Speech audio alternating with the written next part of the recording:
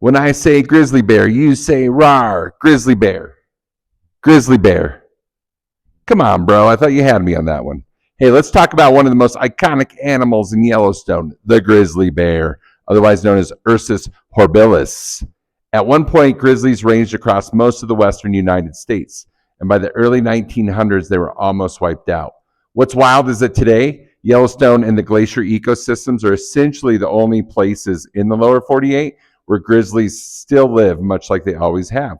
Wild, dominant, and completely in charge of their landscape.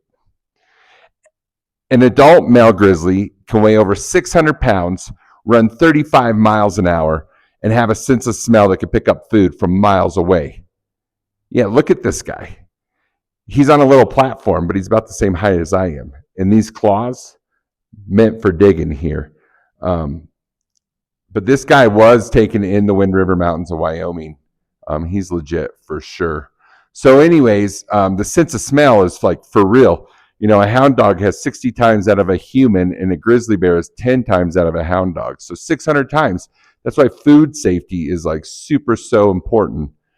But what makes them really impressive isn't size, it's intelligence. As I said, they remember food sources, seasonal patterns, and even human behavior.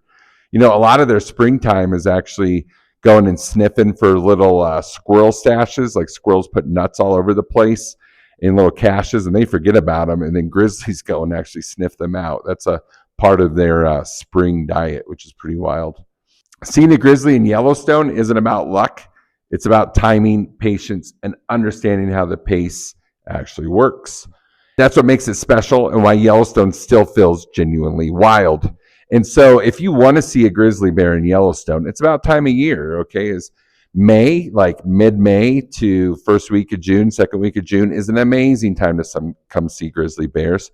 And then also the fall, too, like mid to late September through October, November is a great time to see bears, too. You can see them in the summer, you know, moms with cubs, but the odds are a lot less, and you got to look at the conditions. This is when it's really hot out. In July and August, the bears are going to be in the high country going for a different food source.